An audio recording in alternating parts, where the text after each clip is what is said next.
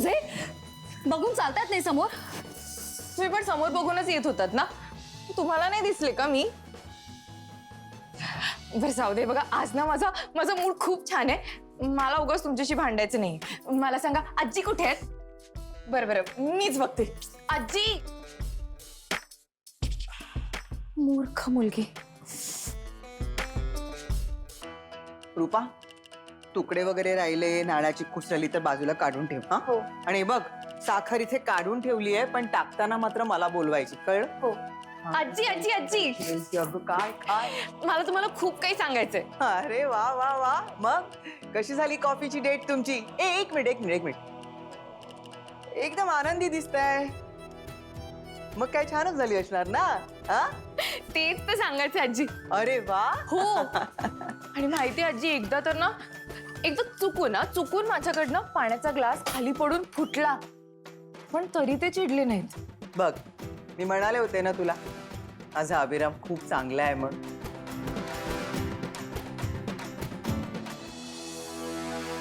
ह्या लीलामुळे आता आणखी काय काय सहन करायचंय मी. आता काही सहन करायचं नाहीये सर. उलट आता आपण काय काय करू शकतो हे दाखवून द्यायची वेळ आली आहे. म्हणजे सरू, श्वेताला डावलून जेव्हा लीला घरी आली होती तेव्हा तुला आज जसं वाटतंय ना तसंच वाटलं होतं मला. तुला वाईट वाटतंय ह्याचा इतरांना फरक पडत नसला तरी मला पडतो, आणि म्हणूनच आम्ही दोघी इथे आलोय. आम्हाला असं वाटतंय की आता आपण तिघींनी एकत्र यायची वेळ आली आहे.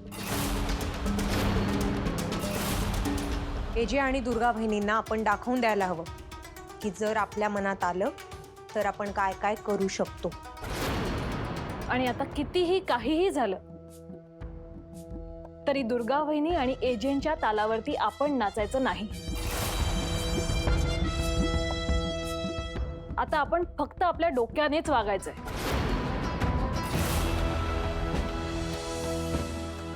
हा, बरोबर बोलताय तुम्ही दोघी. आधी मला वाटायचं दुर्गा वहिनी खूप चांगल्या आहेत, आपल्या तिघींची एक टीम आहे, पण तसं नाहीये. आणि जर त्या आपला विचार करणार नसतील तर आपल्यालाही त्यांचा विचार करायची काहीच गरज नाहीये.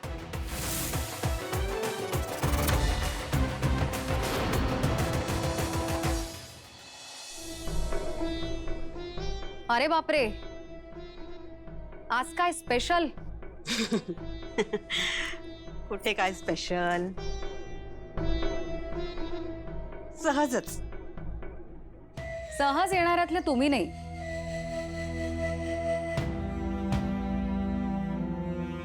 कारण तर आहे. हो आहे कारण, पण मी ते तुम्हाला कशाला सांगू? मग तुमची मदत कोण करणार? तुम्हाला कसं कळलं मी मदत मागायला आले ते? मुद्द्याचं बोला. मदत हवी आहे का नकोय? हवी आहे, पण मी ती तुमच्याकडून का मागू? एजे माझे जावई आहेत तर मला जे काही मागायचंय ना मी त्यांच्याकडे मागेन. माझं मी बघून घेईन. हा, खुशाल मागा मदत, पण त्यांना त्यांच्यासमोर हात पसरलेला अजिबात आवडत नाही.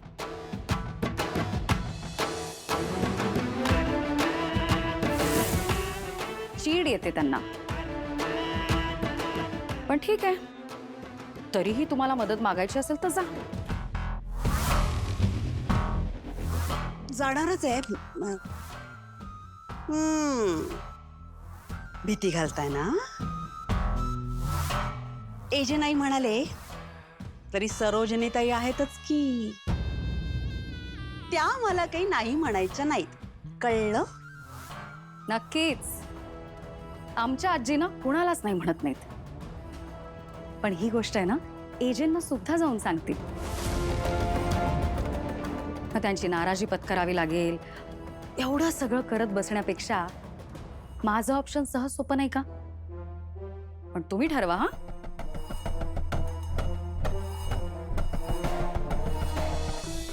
एजे जर मदत मागितल्याने खरंच चिडत असतील ना तर मदत न मागितलेलीच बरी.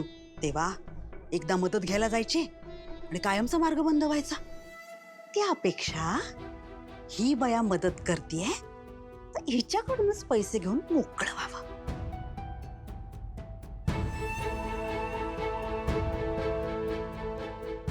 नाही म्हणजे ते मुलीच्या सासरी मदत कशी मागायची? वेळच तशी आली आहे हो. स्पष्ट बोला, किती पैसे हवेत?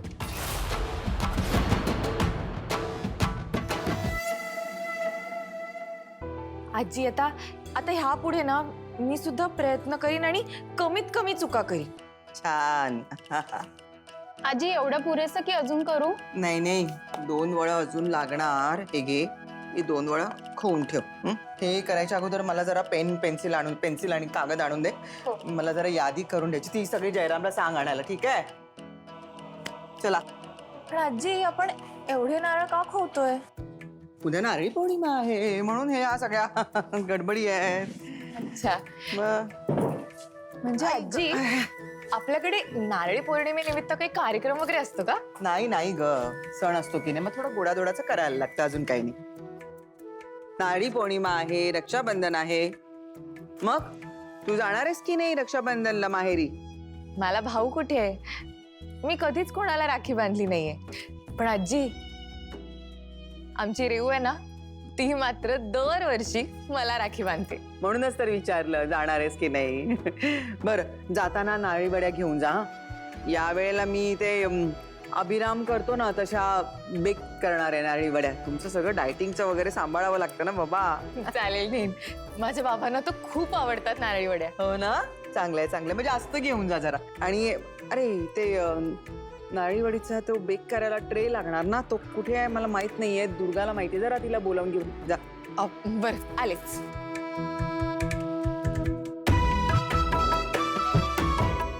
तुमचं काम झालंच समजा. खरंच? अगं बाई, पैसे घरी पोचतील. या आता. देव तुमचं भलं करो.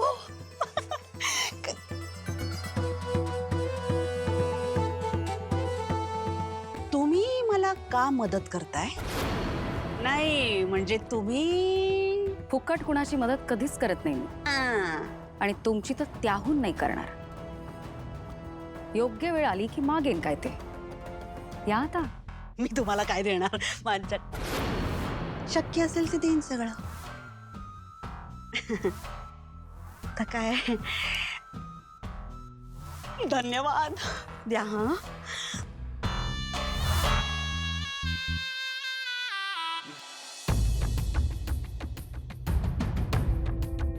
दुर्गा मॅडम कोणाशी बोलत होतात? झाडांशी बोलत होते. प्रत्येक गोष्टीत नको पडूस. काय काय हवंय? आजीने तुम्हाला बोलवलं होतं म्हणून आले होते मी. थँक्यू. आलेच.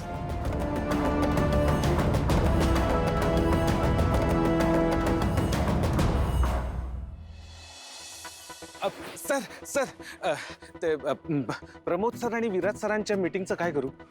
तुला एकदा सांगितलं ना विश्व, सांगतो मी.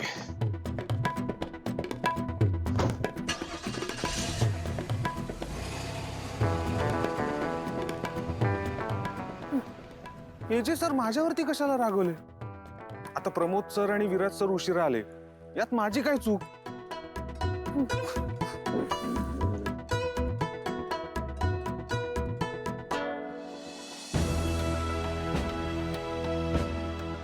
विराज काय झालं?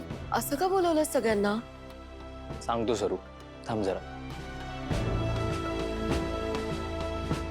विराज, प्रमोद, सांगा सगळ्यांना का मग सगळ्यांना इथं बोलावून घेतलंय. हो आजी, बाबांना येऊ देत, मग बोलूयात.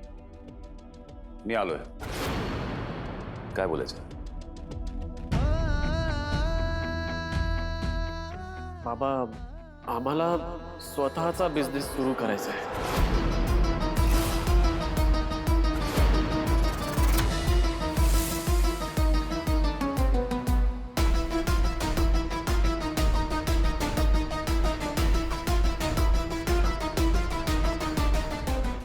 बाबा, गेली कित्येक वर्ष आम्ही तुमच्याकडे काम करतोय, पण आता आम्हाला असं वाटतंय की आम्ही आमच्या हिमतीवर काहीतरी करावं. त्याशिवाय आम्हाला आमचा एक्सपिरियन्स मिळणारच नाही. एजे, प्रमोद आणि विराज आज तुझ्या समोर उभं राहून तुझ्याच साम्राज्याला चॅलेंज देत आहेत. असंच हळूहळू करून तुझ्या जवळची सगळी माणसं मी तुझ्या विरोधात उभी करणार. अभिराम जागीरदार, तुझ्या किल्ल्याच्या बुर्जाला भेगा पडायला सुरुवात झालीये. बाबा, जेव्हा आपला बिझनेस तुमच्याकडे आला तेव्हा धाडस करून तुम्ही त्यात काही बदल केले आणि एवढं मोठं साम्राज्य उभं केलं. आज आम्हालाही अगदी तसंच वाटतंय की स्वतःच काहीतरी निर्माण करावं.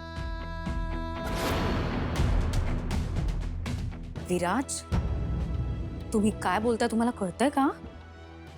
विराज, प्रमोद, या घरामध्ये एकी टिकून आहे आणि आजच अचानक असं काय घडलं की तुम्हाला अभिरामची साथ सोडावीशी वाटते? थांब आई, यांना नक्की काय बोलायचंय मला नीट समजून घेऊ दे. बाबा, आम्हाला तुमच्या बरोबर काम करायचं थांबवायचंय म्हणून हे करत नाही होत.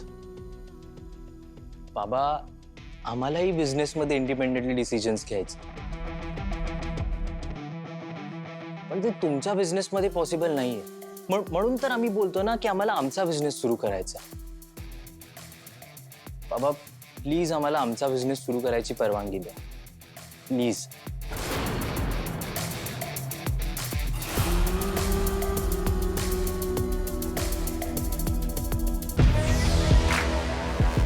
तुमचं बोलणं मी नीट ऐकलंय, पण आय डोंट थिंक तुम्ही ह्याच्यासाठी रेडी आहात.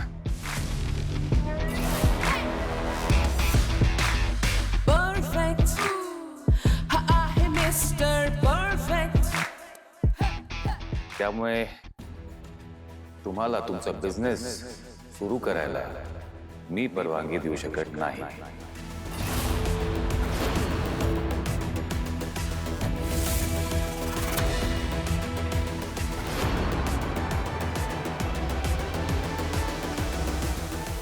बाबा, पण एकदा सांगितलं ना, नो मोर डिस्कशन्स प्लीज.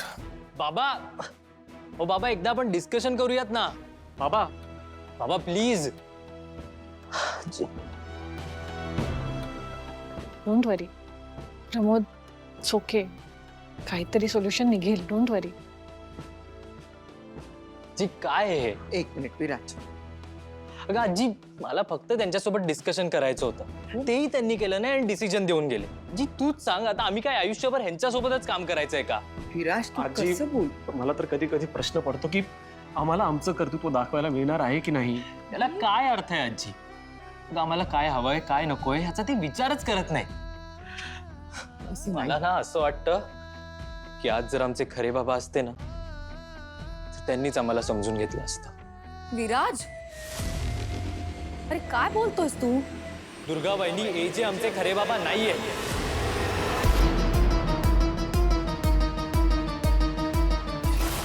आणि हेच सत्य आहे. आम्ही त्यांना कितीही बाबा बाबा केलं ना, तरी हे सत्य बदलणार नाहीये. असं नाहीये विराज, तरी आजी, त्याने मला तुला सगळं माहितीये. त्यांनी आमच्यासाठी बरेच कष्ट केले, बऱ्याच तडजोडी केल्या, पण तरी आज जर आमचे खरे बाबा असते ना, तर त्यांनी आम्हाला संधी नक्की दिली असती. अरे विराज, तू एवढा का ऐकून होतोयस? हो ना, सांग. अरे तुम्हाला संधी मिळेल, आपण बोलूयात ना बाबांशी. तू बोलला होतास ना तुझ्या वेळेला. काय झालं? तुला घर सोडून जावं लागलं दादा. प्रमोद, मला तर वाटतंय ना, भूतकाळाचीच पुनरावृत्ती होणार आहे, कारण एजेंना समजवणारा कोणच नाहीये या घरात. विराज, तू आता मर्यादा ओलांडतोयस.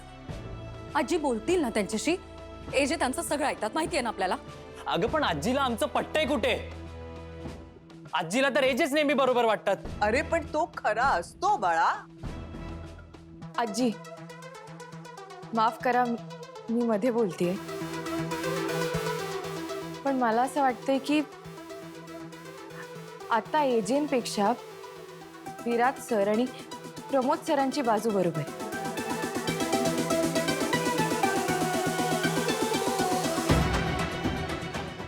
म्हणजे मला मान्य आहे की तुमचा फॅमिली बिझनेस आहे आणि त्यामुळे एका पिढीनंतर पुढच्या पिढीने तोच चालवावा, मोठा करावा असं तुम्हाला वाटतं. अहो पण ह्या सगळ्यात आपण कोणाचं मन मारत नाही आहोत ना, हे बघायला नको का? म्हणजे नक्की काय म्हणायचंय तुला? मला म्हणायचंय की जर प्रमोद सर आणि विराज सरांना त्यांचा स्वतःचा बिझनेस सुरू करायचा असेल तर त्याची परवानगी त्यांना मिळायला हवी. तू का बोलतेस मध्ये? नाही, तुला कोणी दिला अधिकार? बिझनेसची चर्चा सुरू आहे ना, तुझं मत मांडायची गरज आहे का इथे? मला जे वाटलं ते मी बोलले. आणि मला असंही वाटतंय की एजेंना विराज सर आणि प्रमोद सरांची बाजू नीट समजावून सांगायला हवी.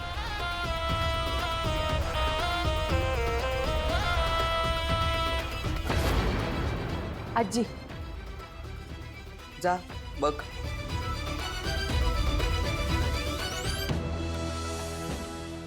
आजी, अहो, ही का बोलते प्रत्येक गोष्टी? दुर्गा, या घरी प्रत्येकाला आपलं मत मांडण्याची मुभा आहे की नाही? आहे ना. आणि लीला आणि अभिराम नवरा बायको आहे, त्यांच्यामध्ये बोलायचा आपल्याला काहीच अधिकार नाहीये. शांत राहा.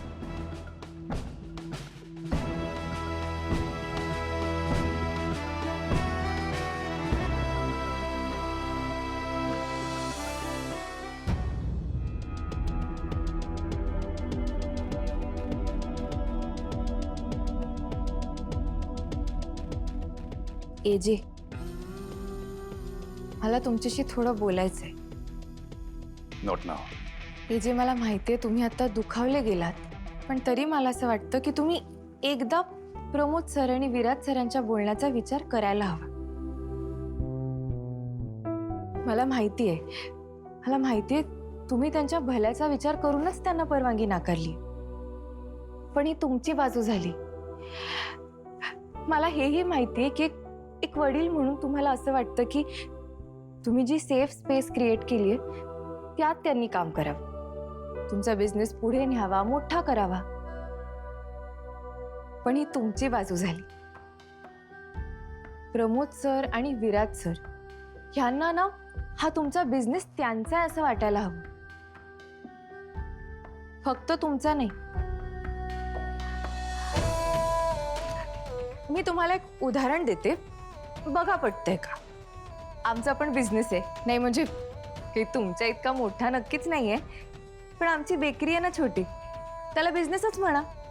हे जे लहानपणापासून ना रेऊला स्वयंपाकाची खूप आवड होती, पण मला कधीच नव्हती. आम्ही अगदी लहानपणापासून बाबांना कायम बेकरीत काम करताना बघायचो, आणि मी आणि रेऊ खेळायचो ना तेव्हा रेऊ मात्र कायम बेकरीत काम करायची आणि मला ऍक्ट्रेस व्हायचं असायचं. पण बाबांनी आम्हाला असं कधीही सांगितलं नाही की मोठं झाल्यावर पुढे जाऊन आम्हाला हेच करायचंय. उलट रेऊ तर वाट बघत होती की कधी एकदा ती छान केक बेक करायला शिकेल आणि मग बाबा स्वतःहून तिला त्यांच्याबरोबर काम करण्याची संधी देत. स्वतःचा बिझनेस सुरू करणं ही सोपी गोष्ट नसते, आणि प्रमोद आणि विराज दोघंही अजून खूप लहान आहेत हे सगळं हँडल करायला. बरोबर आहे, पण मला सांगा, एखादं लहान मूल चालायला लागलं की ते पडेल या भीतीने त्याचे आईवडील त्याला बसवून ठेवतात का? नाही ना. उलट त्या लहान मुलाला गरज पडेल तिथे त्याला आधार देतात. विराज सर आणि प्रमोद सर पहिल्यांदाच स्वतःच्या हिमतीवर काहीतरी करू बघतायत. आणि एजे, त्यांच्या आई बाबांनंतर तुम्हीच त्यांच्यासाठी वडीलधारे आहात. तुम्ही त्यांचे काका असूनही ते तुम्हाला बाबा म्हणतात. मग आता असं असताना त्यांच्या पहिल्या पावलावर तुम्ही त्यांना साथ देण्याऐवजी जर त्यांना परवानगी नाकारलीत ना, तर भविष्यात त्यांना गरज होती तेव्हा त्यांच्या वडिलांनी त्यांना साथ दिली नाही हेच कायम त्यांच्या लक्षात राहील. आयुष्यभर तुमच्या नात्यात ना अडी राहील. प्लीज एजे, त्यांना परवानगी द्या.